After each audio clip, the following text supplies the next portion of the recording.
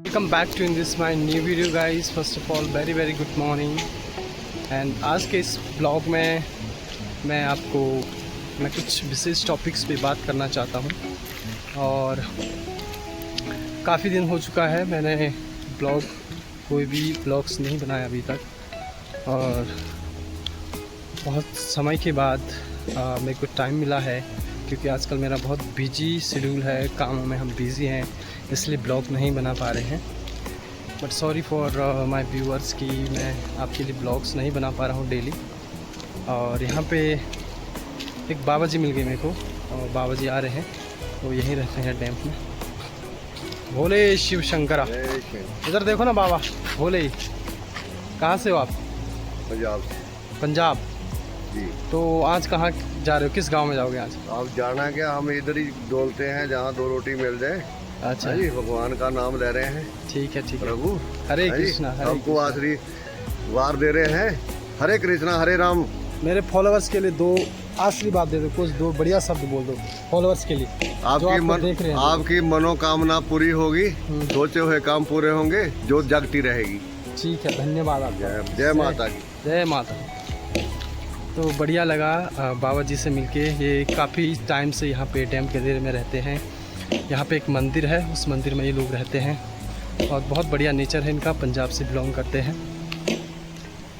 जैसे कि मैं आज यहाँ पे कुछ साधुओं के साथ बैठा हूँ और इनसे कुछ पूछूंगा इनकी लाइफ के बारे में और आध्यात्मिकता के बारे में थोड़े बहुत। तो इनको जो भी जानकारी होगी वो मेरे फॉलोअर्स को बताएंगे, और इनका आशीर्वाद आपके साथ हमेशा रहेगा। बाबा जी, ये आध्यात्मिकता है क्या? असल में लोगों को कुछ पता नहीं है। लोगों है कि आध्यात्मिक का मेन माना क्या है कि सत्य सनक सनक सन का दिक सनक सनक सन का आनंद संत कुमार सत्य सनातन, हमारा पूर्ण धर्म का नाम ये नाम है। अच्छा, सत्य सनातन का पूर्ण नाम है सनक सन का दिक सनक सनक सन का आनंद संत कुमार सत्य सनातन, हमारा धर्म है। इसके अंदर झूठ का कोई व्याख्यात नहीं है। सही बात है। हाँ, तो मानव को हर वक्त एक ही सहारा रखना चाहिए, सत्य का। जैसे गुरु पीर बोलते हैं कि तुम बन के देखो, उसी रूप में हम तुम्हारे सामने तैयार हैं।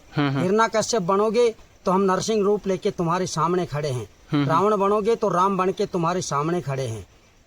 कंस बनोगे तो श्री कृष्ण बन के तुम्हारे सामने खड़े हैं। ध्रुव भगत बनोगे तो विष्णु बन के गोद में लेने के लिए खड़े हैं। तो मानव को ऐसा ही कर्म करना चाहिए कि गुरु महाराज हमें गोद में ही आशीर्वाद लेने के लिए तैयार खड़े रहे। तो कोई भी ऐसा अनुचित कार्य मानव को नहीं करना चाहिए। इंसानियत के तौर पे कोई बुरा भी कर रहा है तो उसको एक बार माफ करो और समझाओ, बाकी आगे तो उसकी इच्छा है।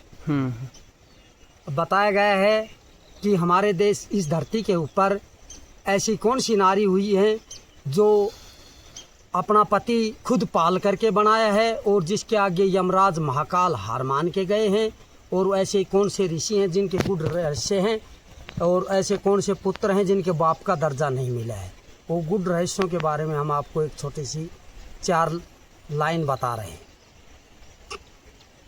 उस देवी का नाम बताओ जिसके आगे कांपे पैर महाकाल के। उस नारी का नाम बताओ जिसने पति बनाया है खुद पाल के। उस पुत्र का नाम बताओ जिसने पिता का दर्जा मिला नहीं, वो रूप बना गए कई ढाल के। उन ऋषियों का नाम बताओ जो बैठ गई गंगा को जंगा में डाल के। उस साधु का नाम बताओ जो बने हैं गुरु 16 साल के। अब इसका अर्थ सुन लियो, ये गुड अर्थ है। अगर पता है तो बताने की कोशिश करियो, अगर नहीं पता है तो पूछने की कोशिश करियो। उनका नाम अभी आएगा, रुको एक मिनट।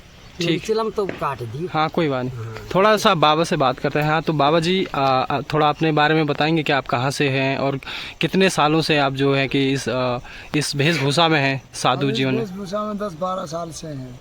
ओके। हमारा जन्म राजस्थान से है। हमारा गुरु स्थान हरियाणा से है। हमारा यह है जोगी बन गए, नगरी खेड़ा की कृपा करते हैं, भ्रमण करते हैं, गांव में जाते हैं, अलग लगाते हैं। कि बस्ती नगरी की सुखी चाहते हैं, उनके नगरियों में हमेशा खुशी रहे।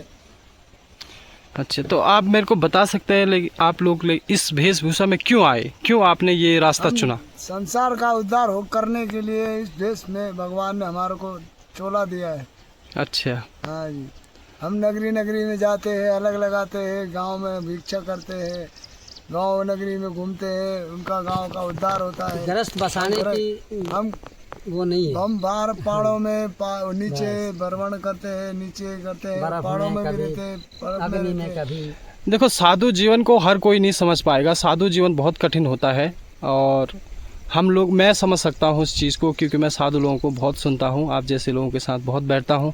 तो मुझे ये जीवन मेरे को खुद अंदर से एक बहुत बड़ा बेकार फीलिंग आती है जब भी मैं लेकिन जो है कि आप लोग सिर्फ विश्व में शांति का जो है वो प्रचार कर रहे हैं, शांति का माहौल, आध्यात्मिकता को आगे ले जाना चाह रहे हैं। लेकिन आजकल लोग क्यों नहीं समझ पा रहे इस चीज़ को, मानवता को क्यों नहीं समझ पा रहे? लोगों के अंदर अहंकार, पाप, ये सब है। खान पान गलत है, मदिरा का पान ज़्यादा है, गऊ का दूध कम पीने वाले हैं, भैंस का दूध पीने वाले ज़्यादा हैं। तो जो हमारे यहाँ पे जो इंडिया में कुछ ऐसे लोग हैं जो आध्यात्मिकता को समझ ही नहीं पाते हैं, जिनका मतलब ये है कि भगवान है ही नहीं इस पृथ्वी में, हम ही हैं जो भी हैं, तो उन लोगों के लिए आपका क्या मैसेज रहेगा?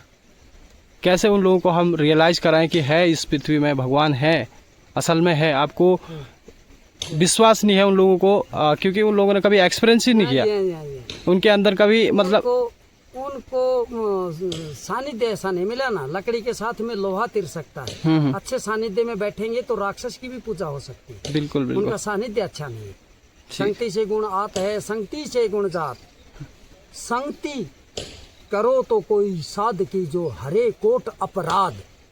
कोई रमतेश्वर महादेव की, कोई सिद्ध पुरुष की संगत करोगे तो सब कोटों को हर करके आपको स्वर्ग का रास्ता दिखा दे। तो आपका कहने का मतलब यह है कि संगति मतलब बहुत जी बहुत बड़ी चीज है। अगर आप गलत बच्चे को संस्कार घर से नहीं मिलता, सबसे पहले पड़ोसी का संस्कार बच्चे पे गिरता है। पड़ोसी अच्छा होना चाहिए, पड़ोसी भला होना चाहिए।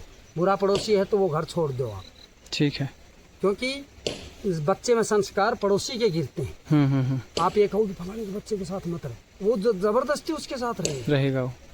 सही बात, पड़ोसी अच्छा होना चाहिए, इसलिए सानिध्य अच्छा होना चाहिए। ठीक है, ठीक है, ठीक है। अच्छी सोच। लोगों ने पूरे इंडिया में कौन कौन सी जगह एक्सप्लोर कर रखी है, मतलब कहाँ कहाँ आप गए, किन किन जगहों पे गए, किस किस तरह के सबसे बढ़िया और सबसे अच्छे लोग कहाँ के, किस प्रदेश के लगे आपको? हमें ज़्यादा हम रमत नहीं करी, गुरु स्थान पे रहे, गुरु मूर्तियों के दर्शन करने के लिए। तो हम उत्तराखंड में ही निकले, हरिद्वार ऋषिकेश से पैदल चल के हम कार्तिक स्वामी तक आए। कार्तिक स्वामी से हम गए माता अनसुईया मंडल से गोपेश्वर से हम कर्णप्रयाग से काली माटी, धुनार घाट से हम देम गदेरा, अब तोतलेश्वर महादेव के फिलहाल बैठे हैं। और आगे बिनसर महादेव के दर्शन करने के लिए जब गुरु महाराज की कृपा होगी जब जाएंगे। तो बाबा जी कहीं ना कहीं आपको नॉलेज बहुत ज़्यादा है, आपका बोलने का तरीका भी बहुत बढ़िया है। गुरुओं की कृपा है, हमारा कुछ तो नहीं। आपकी पढ़ाई कहाँ तक हुई है वैसे? हमारी पढ़ाई तो हम किताब में तो ज़्यादा पढ़ना नहीं जानते, बाकी गुरु के पैर के तलवे में हमने 4 वेद 6 शास्त्र पढ़ना सीखा। तो यजुर्वेद, सामवेद, अथर्ववेद, ऋग्वेद। ऋग्वेदों का वेद सार है ऋग्वेद। कहने का मतलब ये है 4 वेद होते हैं। 4 वेदों का सार ऋग्वेद है। जैसे 12 राशियां हैं, 12 राशियों का सबसे उत्तम राशि कुंभ की मानी गई है, जो पूजनीय है।